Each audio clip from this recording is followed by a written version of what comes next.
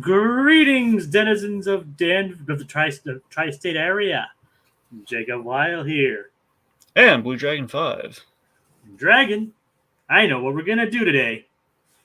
We're gonna activate the Recap-inator and discuss my favorite cartoon, Phineas and Ferb. That's right. In honor of the 15th anniversary and in preparation for the upcoming revival, I'm guiding Blue Dragon 5 here through the series, experiencing his reactions watching it and reliving my summer memories throughout the years. And tonight's episodes are The Magnificent Few and Swinter. So, Dragon, how are you still feeling on the show so far? In the show so far, it's again, it's good. It's quite fun just to kind of experience. It's kind of like kind of little kind of little sampling of Phineas and Ferb weekly. It's pretty good. Kind of like an apple a day keeps the doctor away, sort of thing. It's one of my comfort shows. If you haven't guessed, it's like Yeah, no, it's definitely I can see that. Yeah, oh yeah, it's like you could like it's almost like a wish fulfillment show in a way. It's like what kind of kid doesn't watch this and wish they could do the stuff Phineas and Ferb do? what kind of kid doesn't want a platypus that can wear a hat? Well, I mean that too. And let's be honest, I think we've all been there. Yeah, I mean maybe not a platypus specifically, but yes. I mean, have you ever wanted a pet platypus? Well, not really, no. Well, but have you ever wondered that your pet could be a secret agent? Well, I mean, I'm not really an animal guy, but I mean, if a pet rock could have a hat on, I mean, sure. Agent Rock. No, Jacob. Agent Stone. There you go. Agent Stone. Like Dragon, later on in this series, the potted plant becomes a secret agent. Get out of here! Really? You'll understand the context. Okay. It's hilarious. All right. So I guess we can jump into our first episode then, or do you have anything to say? Well, I mean, you should probably kind of cue me up for the individual episodes, but I mean, another week of Phineas and Ferb, and I think it was a different experience than the previous weeks, but we'll get there momentarily. All right. Let's see. First up, that is actually, I do have a comment here. The LEB says, I don't know what she's referring to, but it says it makes perfect sense. Maybe I'm not sure if it's referring to Agent Stone or whatever. I think so. Well, there you go. Okay, I guess that brings us to the first episode, which is The Magnificent Few. All right, so Dragon, what are your first thoughts on this episode? Yeah, this is the first one. I didn't feel this one. I didn't care for it.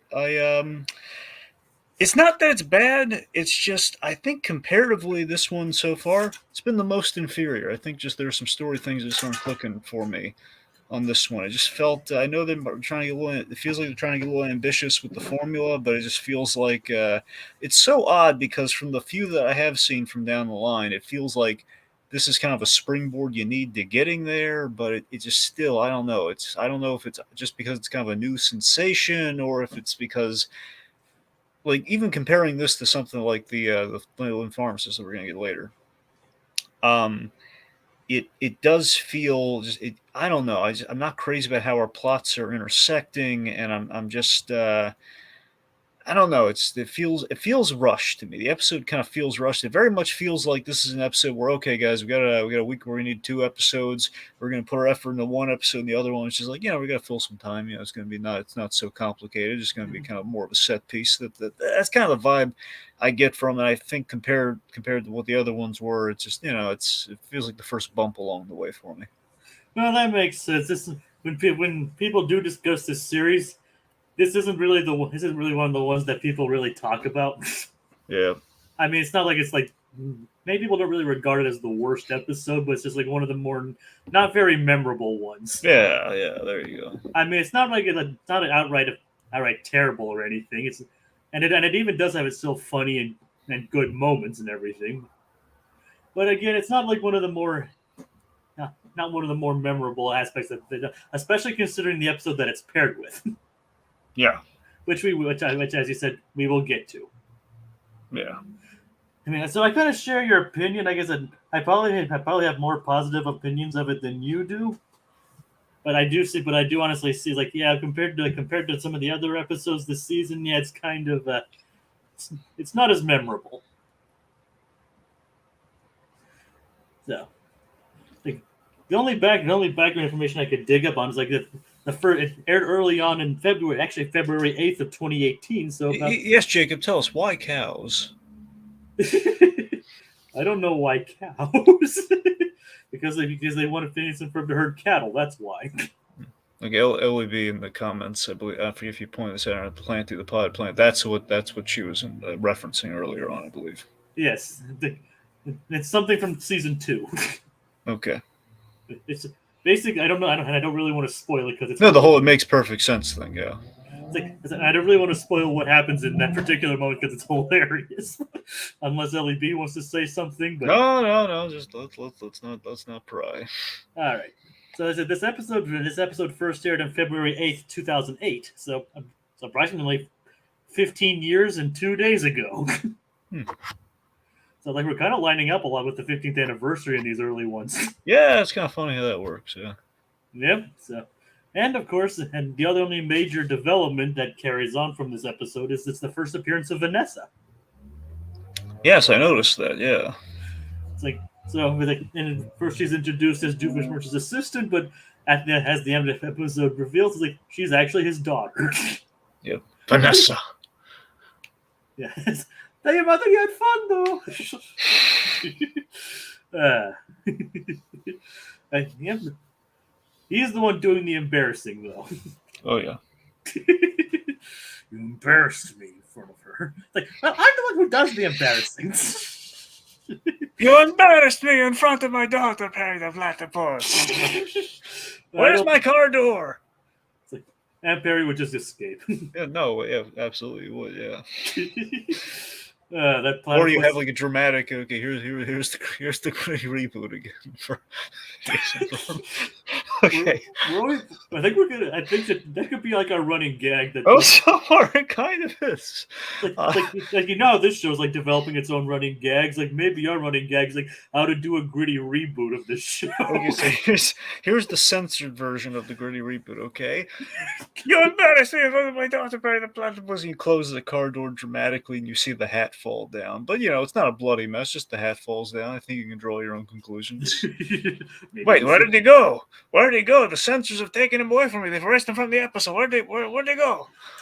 Like that would actually kind of like be a joke they would make, to be honest. Yeah. Yeah. Anyway. But yeah, so yeah. And like I said, overall, my reflections, like I said, I did catch that. I don't think this is one of the ones I caught up on premiere, obviously, but like as I said before, this isn't one of the more memorable ones. Like I said, it's not like outright bad, but of the first season, this is probably like one of the least memorable episodes when it comes to everything. Like, I mean, I like the concept of like, and it's interesting to see them. Obviously, see Phineas and Ferb herd cattle and everything, and the whole concept is fun. But overall, it's just not one of the things they're best known for. I mean, the Perry and Doofenshmirtz side of things is more memorable in this sense. Well, it always is, Jacob. I'd be shocked. So I'll be shocked when we get to Doofenshmirtz's plot that doesn't work. Well, you know what I mean. Not that they never work, but I mean a Doofenshmirtz plot that is not entertaining. Well, yeah. And of course, my opinions on that will probably differ than yours. Yeah, that'll probably be a sad day. Yeah. Yes. It'll just be like, you know, that's the day the Doof cried. Oh God. All right, so I guess we could go into the highlights then. Yeah. Okay, so we're at Clem's Carnival, which essentially is kind of like a little Western themed kind of ranch, I guess. For me, sorry, go on. It's like, yeah, I mean, yeah, that would. I've never actually been to one of these. I've been to like petting zoos and horse, but I've never actually been in like one of those things where you like get up on the horse and ride it around. I think maybe once ever, and I just, I don't know. I think there was I don't know where it was. I don't know if it was necessarily like a ranch or something. I'm sure I've been to like a petting zoo of some kind at least once, and I think at one point I was on a horse. I think I can barely remember it. So, you know. Yeah, and of course Phineas was watching a Western movie or on his little handheld device Uh-huh. on the trail. Yep, on the trail. So, because here's the thing. So for me, on the trail did not help this necessarily. The reveal that it was not just we didn't just randomly start there, I think did help. But I think this is the laziest setup so far out of all the episodes for me, where it's just unexpected. It's we're unexpectedly kind of like in the midst. I think the jarring thing for me with this episode is the fact we're kind of starting in the thick of it versus like I like kind of taking time. I like how we take a beat at the top of the episode to establish the setup. Like the usual like Ferb, I know we're gonna do today. Like you kind of get it. It's kind of built into it. And again, that's not saying we can never deviate from formula, but this is the first time it feels like we're really firmly doing that here. Where it's like, hey, we're in the midst of this Western carnival that's just it's just kind of a nothing burger of like, we're just kind of riding on horses. They're not really like kind of loving it. They're not really hating it. They're just kind of, we're just there and we're just kind of making some cowboy jokes. And then, when Isabel asks, "What you doing?" He's like, "Oh yeah, like gonna do this and let's spit a little." We got to squeeze and pull and squeeze and pull and squeeze and pull. Exactly. It just seems a little like I don't know. It's like I think they're playing a little too neutral. It's like not going one way or not going another way. It's just like we're here. It's like okay, well, I kind of got the sense that they kind of wanted to do more than just yeah. want to do. I mean, like that the characters they want to do more than just ride around in a little pen. So That's what it feels like. So actually herding cattle is probably more exciting prospect for them. Yeah, but even so, we kind of take honestly, Jake. If I had to pinpoint it, you know what it might be. What?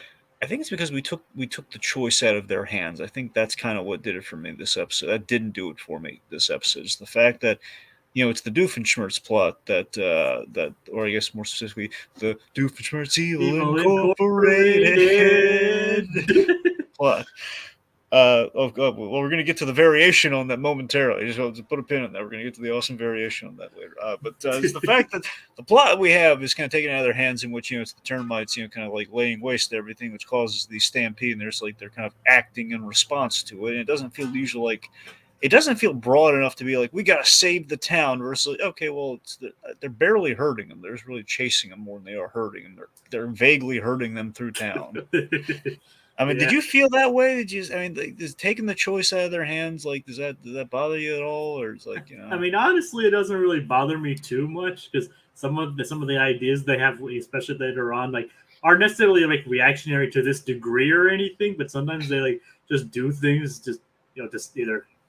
I said the only LED points out. The only thing I find notable is the joke where the cows are eating at the cafeteria. Yes, that's the best part. I love that. That's the best part of this whole of the cattle thing for me too. Yeah, I agree. And today's special is beef. I mean, I like the whole. I kind of did like the whole mall chase and like the cow trying on the clothes. That's the thing. Here's the thing. I honestly, it might be the fact the episode didn't go quite as broad as we do with Phineas and Ferb until we get to the mall. Like the mall is kind of what I'm looking for, and it kind of took a little. Our setup getting there was really kind of sloppy. If I'm going to be frank, it's just felt like you getting us. Once we're there, that's quite funny. It's cows in a mall. I just love that we take a break from kind of this stampede kind of chase to like they're all eating at the food court. Yeah. Yeah, I mean, like I said, it's not really the most memorable thing they've ever done. So. Yeah. All right, let's see. Okay, so let's talk about the real MVP of this episode. Let's talk about the Perry the Platypus. Okay, now before we get to Doofenshmirtz, before we do that, which we're gonna have fun there. Before we do, Perry Platypus. This gag's really funny. It's an Austin Powers reference, and I really liked it. The sharks with freaking laser beams. Yes, sharks with freaking laser beams attached to their heads. And that's exactly what Perry Swift is. And I'm almost like our first monogram gag that we ever. It feels like it. And then the monogram's like, "Oh no, she did," and then she's like, "Oh no, you didn't." And well, I think it's like the second gag we've ever done at Monogram, because the other gag we had was the God, it was they basically, yes, I realize you were just there. That was kind of the first gag. It's now like starting to play with Monogram a little.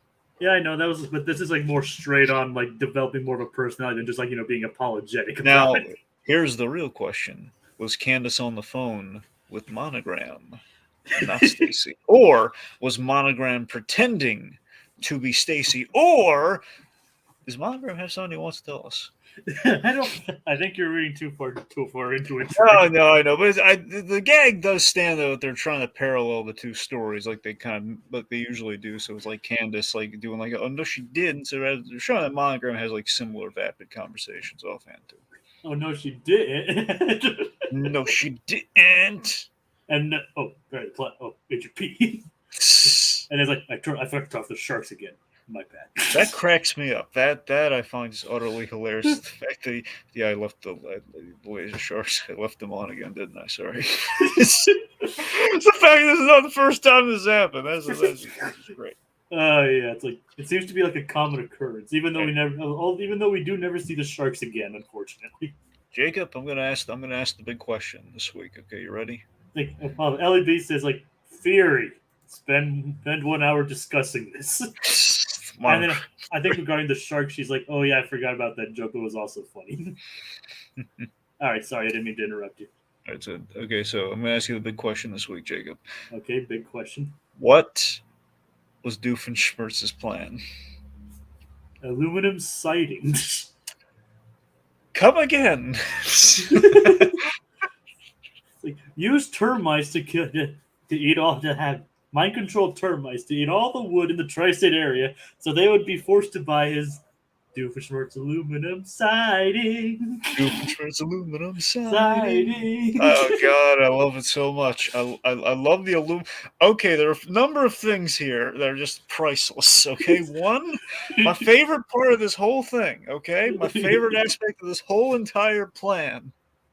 Yeah. The fact that he painstakingly put these little tiny helmets on all the termites. That is hysterical. He's dedicated to evil. Yes, and so again, they're getting yelled at the wood. I love the running gag of like the little demonstration to Perry the Platypus, where they made like a little. He basically commanded them to make a little wood carving of him. He lost it. He's like, they're like, wait a minute, Vanessa, did you have my little wood carving? I feel bad for the wood carving. I know. I feel bad. Doofenshmirtz didn't get his little wood carving, but it's evil.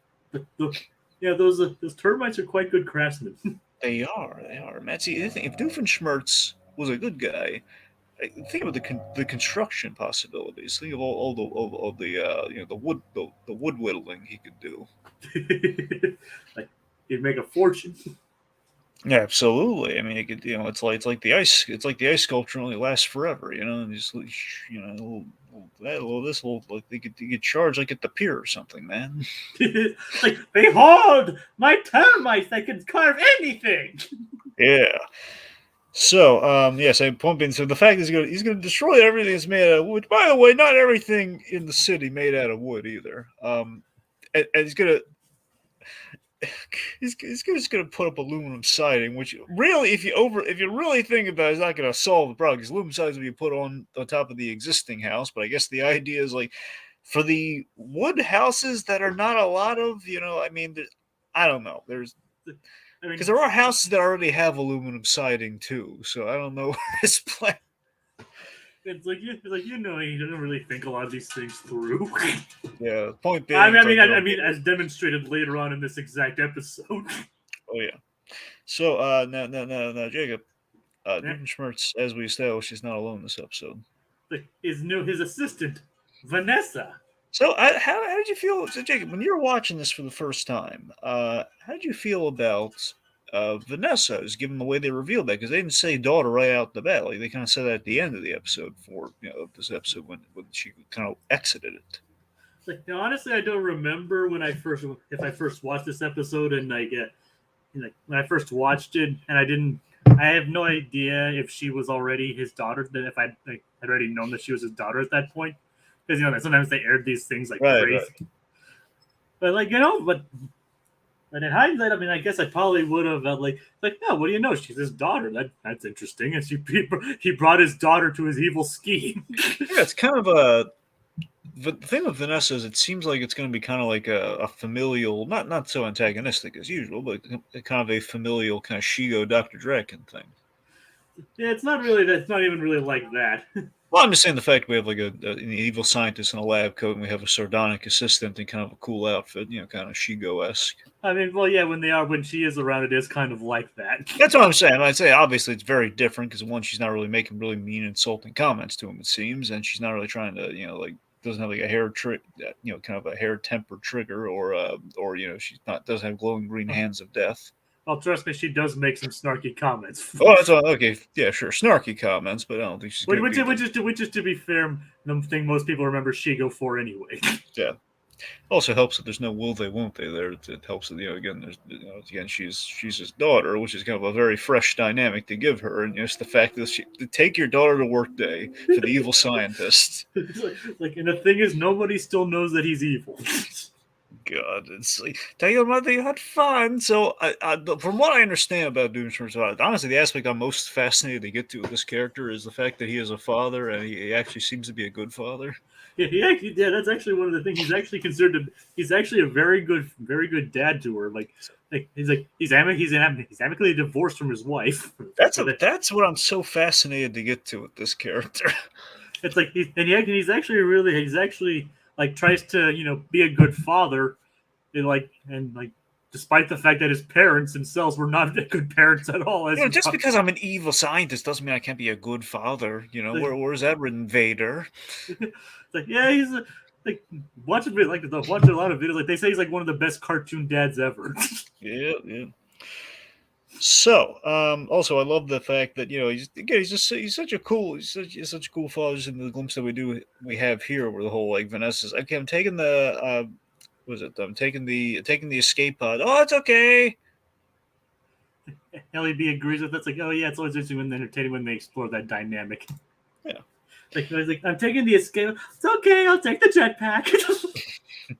So let's see. I guess in talking about that, so Perry the Platypus, his escape here is fantastic. Just the fact that first off, he actually did. In order to explain the context, what he does is he traps Perry in a room full of lava. He dangles him with a rope over molten lava. Mm-hmm. And in the room there is a control panel that he can swing to for safety, and on top of that control panel, there are buttons, functional buttons, and not just functional buttons. Don't touch that button. No, the other one. Yes, that one.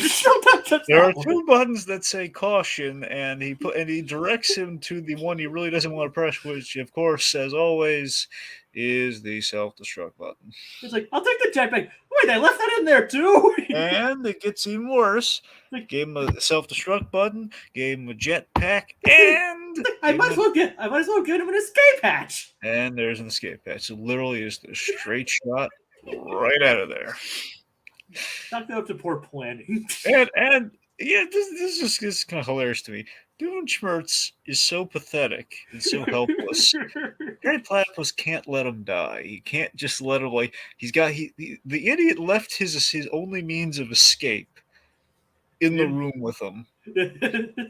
And Perry he took the man's jetpack and he's figuring, I can't let him die. This is just... You could just see the exasperation on Perry's face. He's like, he's rolling his eyes. And yet again, we're in the position where Doofenshmirtz now, thank goodness, Perry the Platypus is here. Which again does probably explain why there is somewhat of a friendship there deep down. Because it's like a work, it's like a business thing between them. Yeah, exactly. And of course he's like, wait, I forgot my little wooden head. And of course, he tries to double cross him with the little termite helmet, which he apparently can't reach the command switch on the back of the helmet. Yeah, so Perry turns the termites on Doofenshmirtz. Yeah. And then the termites chase after Perry. Chase after Doofenshmirtz. And he runs off the carnival roller coaster. Termites, he completely engulfed in termites, cursing Perry.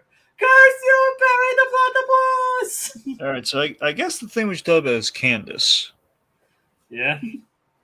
Not a lot with Candace this episode. Just that's the thing. She's not really trying to foil the boys. She's just.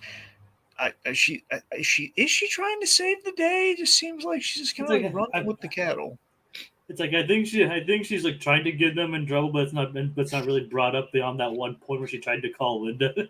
I mean, that's the thing. I mean, they're not really doing anything, and then the termites attack while she's on the ranch, and it seems like she's trying to help, or she's just chasing the boys while they're herding cattle. I think that's it.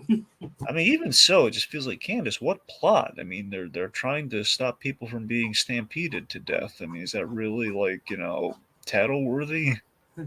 Like, yeah. I mean, they probably would explain the motivations a bit more, but it's probably just chalking it down to trying to get them in trouble once again. It seemed like she was trying to help because she got like a cow whistle, which failed miserably, but she got a cow whistle. Yeah, she did. Probably should have gone with the wolf puppet. Yeah, probably. uh, Let's start with the product placement, Jacob. We had Swampy's Fresh Farm Milk. yep. Would you buy farm milk that says Swampy on it? Well, I don't know if it has a good enough reputation. Probably. Well, I mean, still it was swampy. Oh man, that milk must taste really swampy. It's like it's like good old Uncle Swampy. Yep. All right, so So of course, that leads into probably one of the funnier bits of the episode, the Cliffside Park. Convenient Cliffside Park. Yep. Like where we see like the cows like slip with sliding, all a bunch of visual gags, and of course it just leads to Candace falling down the cliff and landing on cactus and scorpions. Yep. You kind of feel bad for her in this episode. I mean, vaguely, I think she brought a lot. She didn't have to go anywhere. She just could have stayed on the ranch. I mean, that was all on her, man. I don't know. I know a lot. I mean, basically with Perry, with Doofenshmirtz and Candace, they usually bring their misery on themselves. Yeah. But you still kind of feel bad for them regardless. Yeah. All right. But so it's like, of course the termites create a new pen for the herded cows, including the metal from the coaster, fitting the cows inside. And Linda wonders like what's wrong with Candace, doesn't want to talk about it, and Ferb's like, I reckon hunting cattle ain't for city folk. And that's the denouement of the episode. Yeah. All right, let's move on to the next one. Yes, and I'm guessing you probably have more positive stuff with the Swinter. Why, yes. Yes, I did. do. Yes. All right. So, thoughts on Swinter? Did they not say the line this episode? It's like I'll have to double check on that. I don't think they did. I don't think they said in either episode. I don't think they did either. Like I said, these are before like the running gags were like firmly in place. Okay. Yeah, so I loved Swinter, man. I love this episode. It's a great idea. It's a great idea to for summer, kind of a summer-based show to do kind of like a little kind of, again, essentially it's Christmas in July, which I'm always down for. It's essentially what this is. It's like, hey, how do you cool off during the summer in a summer-based show? Well, we're gonna have a big old snowfall, and the way we get the snowfall is wonderfully hilarious and nostalgic for me. So I dug that, and that was great, and it's pretty simple. And again, it's back to formula in all the good ways. And you're right. There wasn't a too young line in this episode. Yep. It's like yeah, yeah. I definitely agree with you on this. This is like probably one of the highlights of the first season. Yeah. I mean, it's one of my favorite overall concepts. Combining summer and winter together. Yeah, we give it a jaunty name and a jaunty little song, and it's delightful. It's like one of the most delightfully fun episodes of the first season. Like it's such a fun concept. Like, don't get me wrong, fall is probably my favorite season. But if they found some way, because as Phineas points out, sometimes summer can get too hot and winter can get too cold. You put them together, it's like that would be like the perfect season. Yep. And obviously they have honestly, I kind of wish they did explore the concept a little more. But this overall concept is just like a lot of fun, and obviously they explore like all the kinds of stuff they can do with it. It kind of makes me think, do you want to get a snow cone? This show kind of predates that by a few years. Yep. It's like they beat Elsa to the punch. Yep. Imagine now that's okay. See, they've announced recently Frozen 3. I'll tell you, here's what we got to have in Frozen 3, kids. I'm going to tell you. I hope you're listening. Disney, take note. Jennifer Lee, I'm looking at you, lady. Take notes. Okay, Elsa, starts a snow cone business. She's giving away free snow cones to the kingdom. We're going Frozen 3, and you can do a marketing. This is what's going to get Disney out of the hot water they're in right now, Jacob. They're going to cool down with wonderful snow cones, themed snow cones they can charge a bundle for and make a bundle for. You can have Elsa in the park, much like she does in the movie, giving away, you guessed it, snow cones with whimsical flavors. That would be. Well, I showed you that one video where Dan actually met like Alfred Molina and by proxy also met Jennifer Lee. So there you go. Let's put in the not the gritty reboot, but the real reboot that we are get the revival. Put this in the revival, not the reboot, but revival. Speaking of the gritty reboot, how would you gritty rebootify this? You really want to know? Yes, I want to know. As long as it doesn't like Fargo related. No, it's not Fargo related. No, it's just the Candace gets lost in the snowstorm. It's more The Shining than anything else. Well, it's not like a maze. I just mean like when she opens that window. That's the episode for. It's a survival tale. That's the great reboot of this episode. So basically, Jack turning into Jack Torrance. Well, I mean, sure. I was thinking more kind of 127 hours on ice, but okay. Oh god, that's almost even worse. Yeah, pretty much. Yeah. Like, because that would mean we have to see Candace like basically sawing her own limbs off. And here's the thing. Okay, so in the reality, she would have both arms, but let's just say she's in the snow and she's doing everything she can to survive. And the thing that's keeping her going the whole episode. You ready for this? Yeah. She hears Jeremy and Dee Dee, and it's the motive. It's like reverse Castaway. It's like, what if he knew the whole time what was going on there? So it's like, I gotta dig through this snow, and she digs through the snow. And the end of the tragic episode is this: Candace, are you okay? Who is that? It's Dee Dee. Dee Dee's my male friend with an accent. He is not a female in competition with Candace. Oh. Well, that's good. She dies of frostbite. Hypothermia, but yes. It's like LEB now expects a horror. It says easy horror potential writes itself. And she's like, I expect a reboot pitch for each episode now. A gritty reboot, to be specifically. Like, yeah. Well, we submitted it here, Dragon. We need to come up with like a gritty reboot concept for every episode. In all seriousness, though, with the revival, though, they got to bring Alfred Molina on. Has he ever been on the show? I don't think he has. They got to bring him on the show.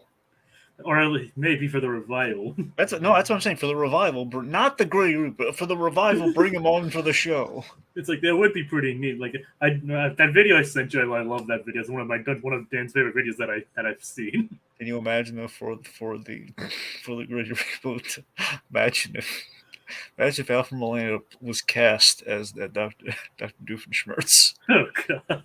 Imagine that. It's like that's that'd be interesting to say the least. Anyway, to talk about the actual episode that we do have, like Phineas and Ferb are like finding a way to beat the heat, and their dad shows them the snow cone machine.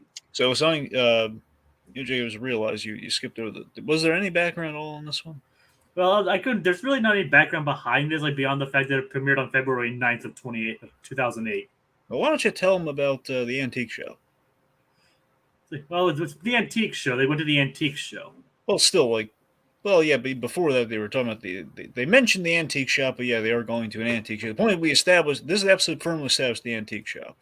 Yes, I don't know if this one explicitly mentions the fact that the Flint Fletchers run an antique store, but this is like the first one to show that the interest in antiquing.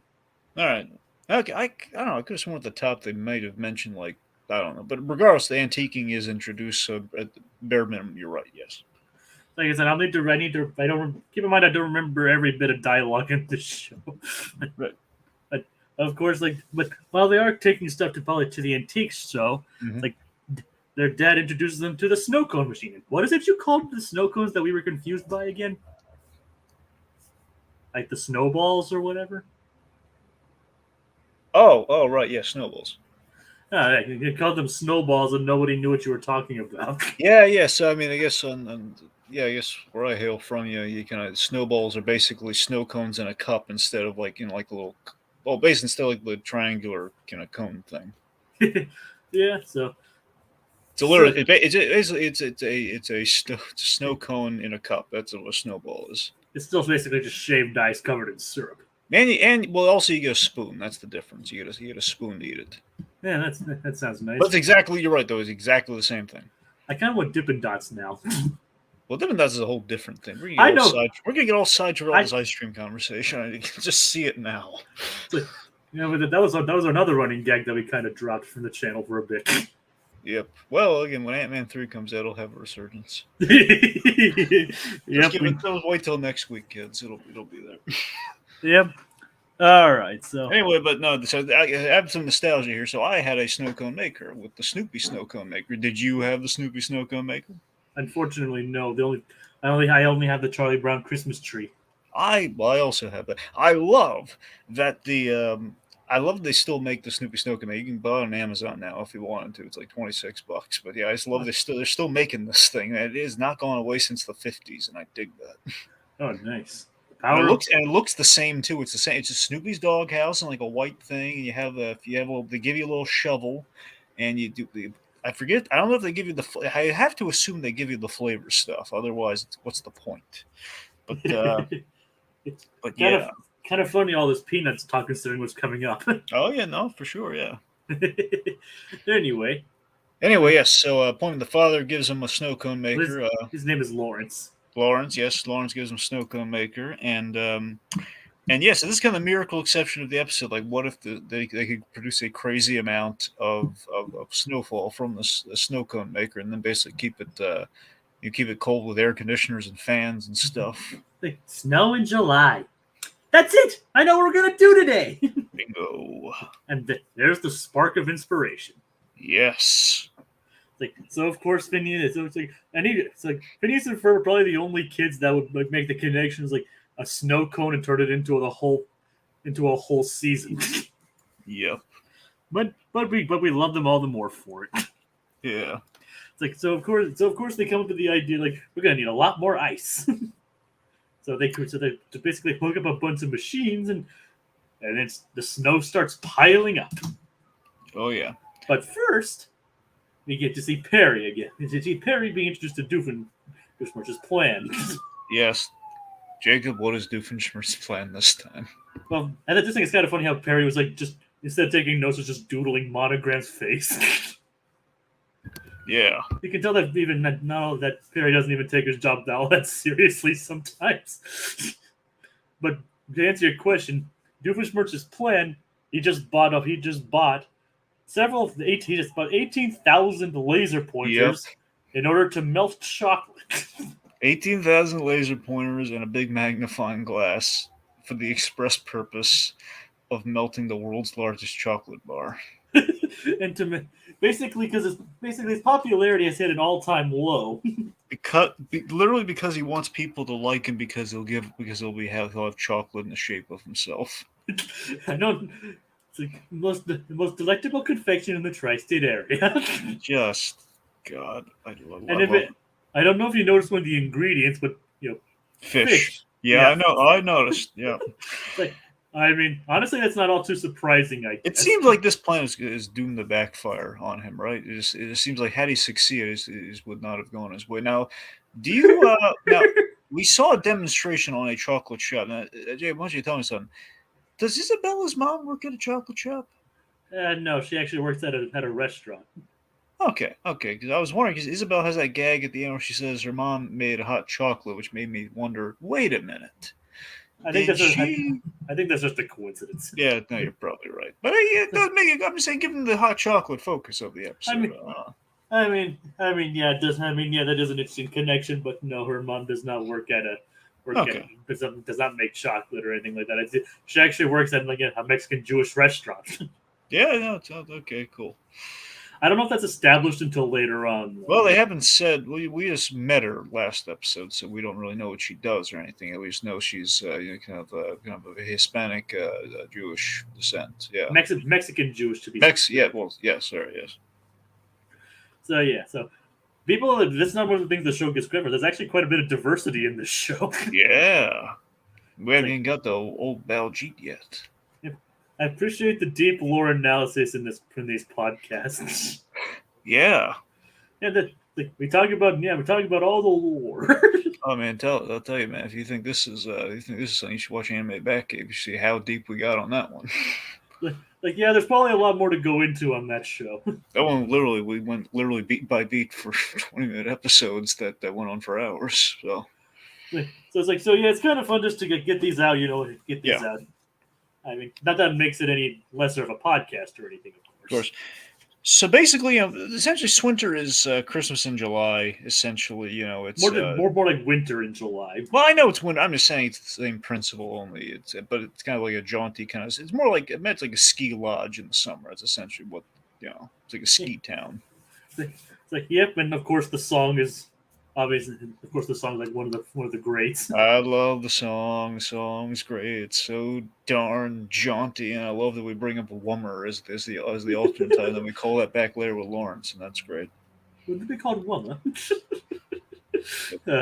Let's see. So, Candace, here's some crossover for you, kids. Crossover. Watch it. Candace meets Vanessa.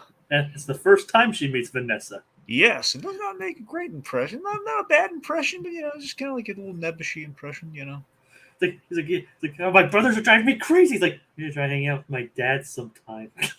Yep, and then Candace pulls like a Jurassic Park by tying the seatbelt together.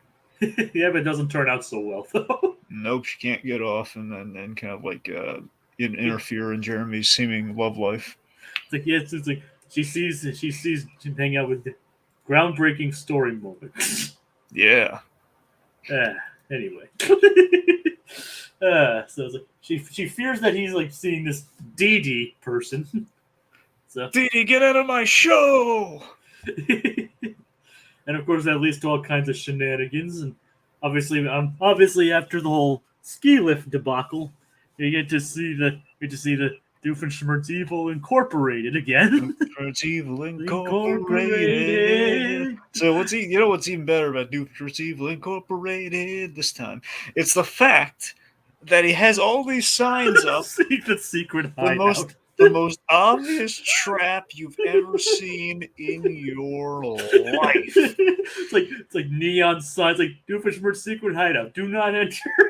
Just great. Now, also we should mention someone's getting in trouble, and it's Nancy the maid. It's like because she left the back door. Oh, I told you to close the back door. Like, no, there's a date for tomorrow. Fire the maid. Jacob, I want to know something.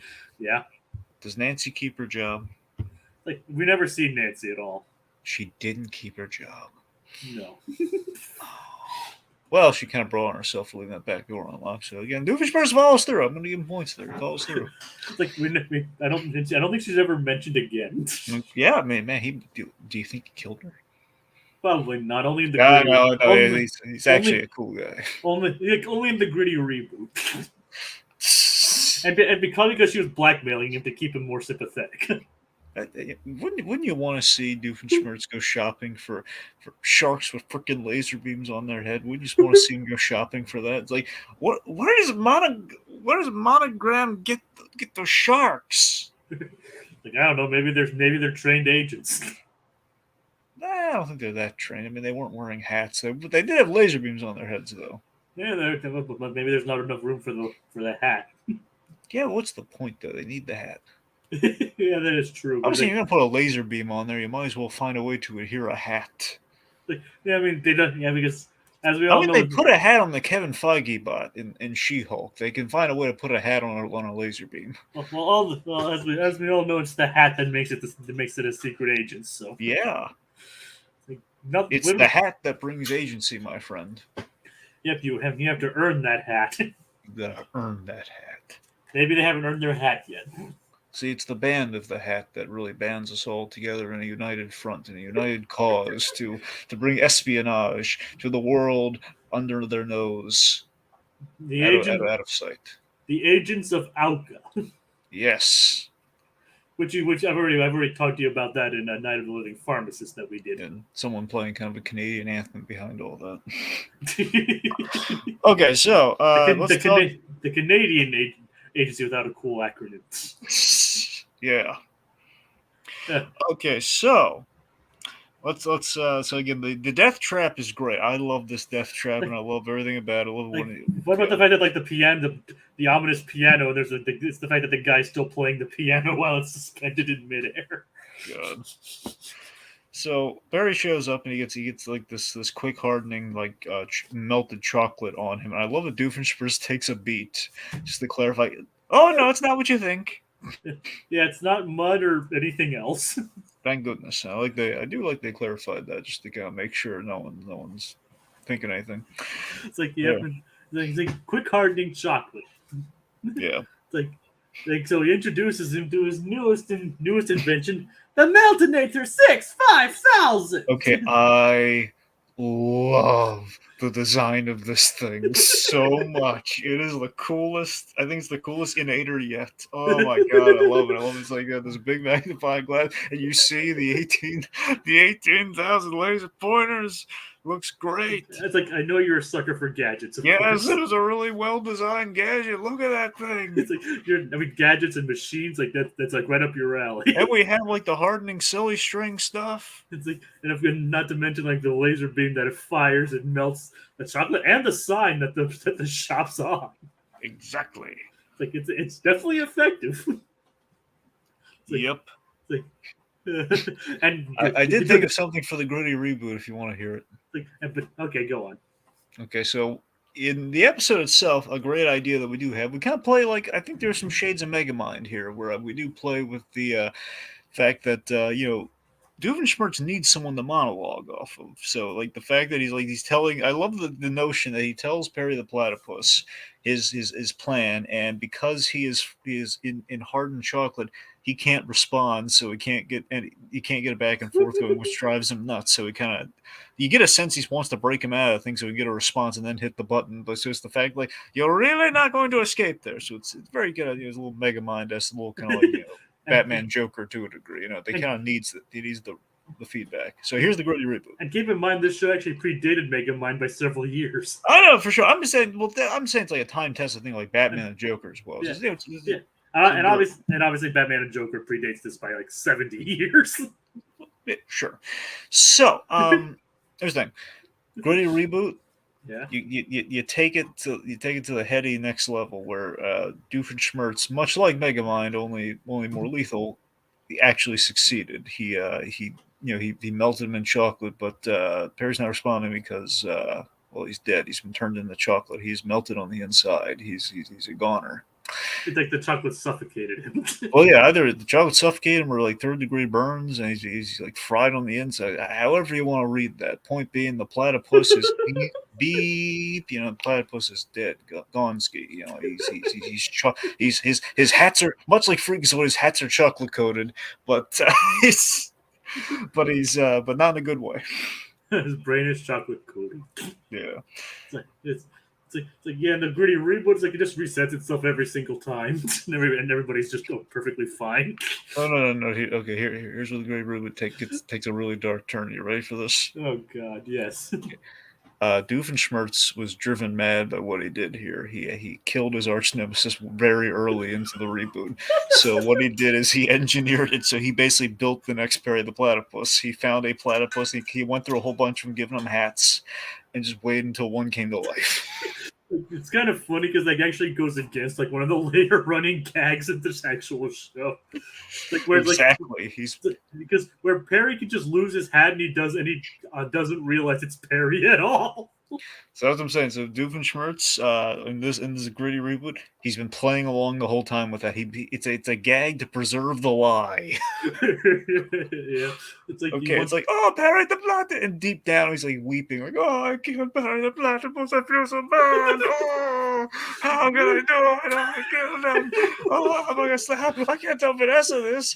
I can't tell anyone this. Oh God. Oh God, this is. Yeah. I can only imagine what we're going to get into later down the line with some of these episodes. Yep. Like the Gritty reboot. Okay, but back onto what we actually do get. Thank goodness, Barry's okay. He ate through his own hiney. But do you know what the best part about the laser is? Jacob, what is the best part about the laser? It has a melting capacity of 7 on a scale of 1 to 5.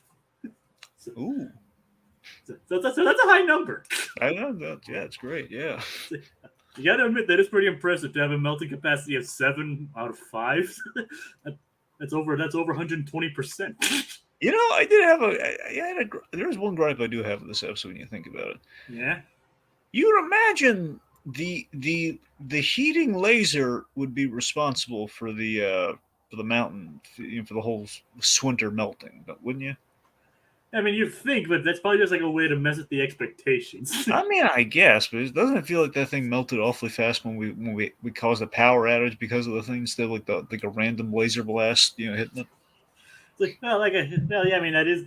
I don't really see it as a gripe. I see it as like a way, like just Doofenshmirtz just obviously interfered with their plan somehow. It's like obviously they probably, and also if the whole thing with hit, it probably would have melted everyone else too. So that's probably why they didn't like go with that one, because they would bring up too many more logistical issues. But that's just me. Something for the reboot. Oh, that's just me like talking out of my ass, Right? Or my talking out of my butt for all that. Well, I have to question the melting point factor. Where I mean, maybe it's just the chocolate and the snow that gets melted. But then we're not scientists; that probably would have caused damage. It's like. Or the most horrific version of it is like they're fine, but they're all blinded because the little red lights hit them in the eyes. It's like, Ferb, speak to me. I can't see you, Ferb. And then Ferb doesn't say anything just because he doesn't say anything. Exactly. It's like I'm fine. I'm just blind. And Candace is like, I know there's something going on. I can't see there's something going on, but I know there's something going on. I know the boys are up to something. Mom. It's like, yeah. Then the parents get home and they're horrified because there's no covering it up now. They're like, what happened? Oh my God, my baby's Candace. It's okay. I see what the boys are doing. She's crying and in tears. Just like, I know. Yes, you were right, Candace. Just trying to just give her pity at this point. Oh my God. Okay.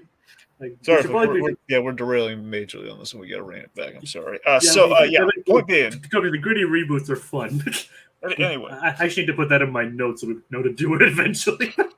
but basically after the whole thing, basically she wrangles Buford. Basically, Candace wrangles Buford to get her up Swinter Mountain. Yeah, and then we have like the really exciting sequence of the episode where she kind of joins Phineas and Ferb as they are snowboarding.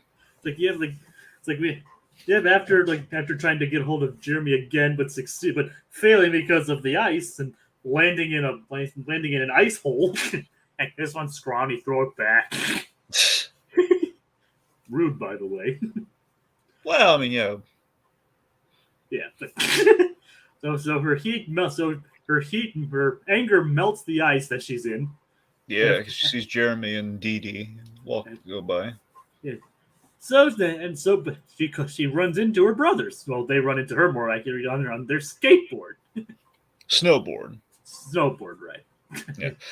Snowboard. Duh. Yeah, they're going down the whole thing, and I love that she gets like this gag's really. I think the smartest gag of the whole thing is the fact that they're questioning the logic. Like, how did we not get caught up in that? Like, Candace is in a snowman, then she's in a tree. Like, this doesn't make any sense at all. It's like they're skiing, they're snowboarding. It's like how did that miss us? And then the tree's like, and then he's like, that's just weird. Basically, Candace is like the butt monkey of this show. Like anything that bad happens, it either happens to her or Doofenshmirtz. Kind of a weird way of putting it, but yeah, she's the butt monkey. It's like a term that was like originated in Buffy the Vampire Slayer or something like that. Real? Well, I mean, I know it's in Bruce Almighty, but really, that's the butt monkey. Yeah, I think that's where it came from. From Buffy. I think that's what popularized it anyway. Huh. Okay. And Charlie Brown's been described the same way. Wait, real? So Charlie Brown's? I mean, they've been described in pop culture that way. Okay. But it basically means like something bad happens to. Gotcha. Basically, glutton for punishment, essentially. Kind of. Okay. As the other people, that nice butt monkey discussion here. LAB, you're making us blush talking about the butt monkey discussion. Basically, yeah, it goes along well with our lore. Yes. So of course that leads So of course that leads to the whole snowboarding mishaps. And if you notice when Candace was clinging onto Ferb, he's like you could tell he was like exasperated by the whole thing. Yeah. And of course the bobsled. It's like, pardon me, Bob. Excuse me, Bob. I'm my boy, Bob. Sorry, Bob. It's a bobsled. Yeah, that's cute. So they get down there and they take first, of course, and then the parents are returning, and after fixing 4 spare tires, which is a good thing they brought those 4 spare tires. It's a good thing they bought them at the track at the antique show. Oh yeah, I forgot they bought it at the show. But yeah, it was rather convenient. That is hilariously convenient, actually. Yes, you find a lot of hilarious convenience in this show. Yeah. It's part of the show's charm. Mm-hmm. Yeah. Anyway, it's like so they wanted to get the clock. Lawrence wanted to get the bigger Hungarian clock. Obviously, Linda talked him out of it. Movement. So, all right. It's like so. Obviously, that leads to the intersection of Doofenshmirtz's plan, where Perry ate his own chocolate hiney to get out of the trap. Which is funny. And Doofenshmirtz then traps him in silly string, which is obviously effective. Which is hilariously effective. So, and of course, I love the fact that Doofenshmirtz he waits to plug the thing in at the last minute because he wants to save money on the electric bill. Like, it takes up a lot of power. Anyways, of course, then he blacks out everything, and everything starts to melt, and then basically, the day is saved, usual stuff. And then, of course, the parents are coming home, and they're trying to get this giant cuckoo clock, Austrian cuckoo clock through the door. I thought it was Hungarian. Oh, Hungarian? I could be wrong, but it could be. I don't know, point Hungarian or Austrian something. They're trying to get through the door, and it's very oversized. And of course, by the time they get there in the backyard, look, it's all Winter Wonderland. It's like a little pile. It's one small pile of ice outside of the snow cone maker. And the clock pops out the window, going, cuckoo, cuckoo. Yep. And Candace, speaking of cuckoo, it's like she's pulling on practically a Daffy Duck here, like with hitting herself in the mouth. Practically, but in this case, she is hitting her. She basically is like, "Hey, Candace, have a snow cone," and of course, like smashes it right in her face. Yeah. Oh, there you are, Perry. Yep. And then just kind of an encore of Swinter during the credits. Yep. Greetings from Swinter. A few little snapshots of Swinter. Yep, I would. Like I said, I would love to experience like an actual thing like Swinter in reality. I too would love Swinter, man, because I hate the heat of the summer. But I think we all hate the heat of the summer. I love the stuff that we get in the summer, but I do not like the heat. What about the cold of the winter or the snow? I like that. Here's the thing. It is the best of both worlds because I love the winter. I like the cold, but I do not. The cleanup effort on the cold it causes issues. But again, if it's Swinter, then that means the next day it's going to be gone. The Swinter Swonderland. It was too fleeting to last. Yep. But yeah, it's like I said, I just really love this episode. I just like how whimsical the whole thing is. And of course, we skipped over Dee Dee. We forgot to mention Dee Dee. Yeah, so the reveal with Dee Dee. It's like Derek Durkinson, but you can call me Dee Dee. Yeah. He is a Swedish exchange student. Yay for the Swedes. Yep. So yeah, Candace was worried over nothing. Yeah. And in all honesty, at the end it did work out. It did work out for her, except for the busting. Yep. Except for the busting, everything turned out well for her. Yeah, we were all spared fishy chocolates. Yep. Yeah. Thank God. Like, who knows? Maybe those chocolates were good and Doofenshmirtz knew something we didn't. I don't know. It looked pretty bad. The world may never know. Yep. Then again, it was collected through a sewer, so then... Yeah, that's what I'm saying, man. It did not... So maybe it was for the best. Although, like, how would you like to try actual Doofenshmirtz-shaped chocolate in reality? I mean, here's the thing. If I knew it was not made the way that he was going to make it in this cartoon, I would try the Doofenshmirtz chocolate, but I would not take, like, fully authentic Doofenshmirtz chocolate. Yeah, probably not. Doofenshmirtz recipe chocolate. Doofenshmirtz family chocolate. It's a family recipe. I mean, later, we do see an episode where he has like a family recipe for cheese, so chocolate probably wouldn't be too far out of the ordinary for him. Yeah. Okay. No, you know what Doofenshmirtz needs to do next? What? Okay. chocolate lawn gnomes. It's like, as Ellie B points out, I would eat the doof chocolate happily. Yeah. As in, Ellie B, you have to clarify, would you eat it as it was made in the episode, or just Doofenshmirtz shaped chocolate? Would you take a chance on the fish chocolate, lady? Would you, Ellie? Would you take a chance on the fish chocolate? Oh, wait. The world must know your answer. Yeah. Oh god. I mean, honestly, in all honesty, myself, I mean, if it wasn't for the fish and the fact that it's collided through a sewer, I would try it myself too. Right. I mean, it does look pretty good. Yeah. Especially if it was just made through the world's largest chocolate bar. Okay. Here's the follow-up plan. Okay, Doofenshmirtz tries to take over Easter, and instead of he's going to replace the chocolate bunny with the Doofenshmirtz Incorporated bunny. Oh, Ellie B actually says either way. Okay. So you would try the fish sewer chocolate. Interesting. Yep. Okay. Well, I mean, to be fair, I mean, it looked kind of like I think it. Honestly, the way it's in the episode, it looks as clean a process as you're gonna get, but I would still not trust it. Yeah, me neither. I would just get chocolate the old-fashioned way, and then You're gonna milk a chocolate cow. as she points out, I would stop being a vegetarian to try it. Now that's dedication. Wait a minute. What? Really, the chocolate doesn't that doesn't count as like a it's already a vegetarian thing because there's no meat in it. Well, because of fish. Oh right, yeah. Well, there you go. Yeah.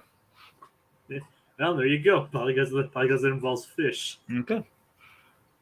No, I think that does it for this week, Dragon. What do you say? Yep. I think so. Yeah. Like one kind of okay episode and one wonderful episode. So Pretty much. all right. So that closes this week, folks. So join us next week on the Phineas and Ferb Recap-inator, when Doofenshmirtz has a plan with a dam, and the boys become one-hit wonders. Good night, everybody. Garcia, bury the platypus. It's winter. Talking about Swinter.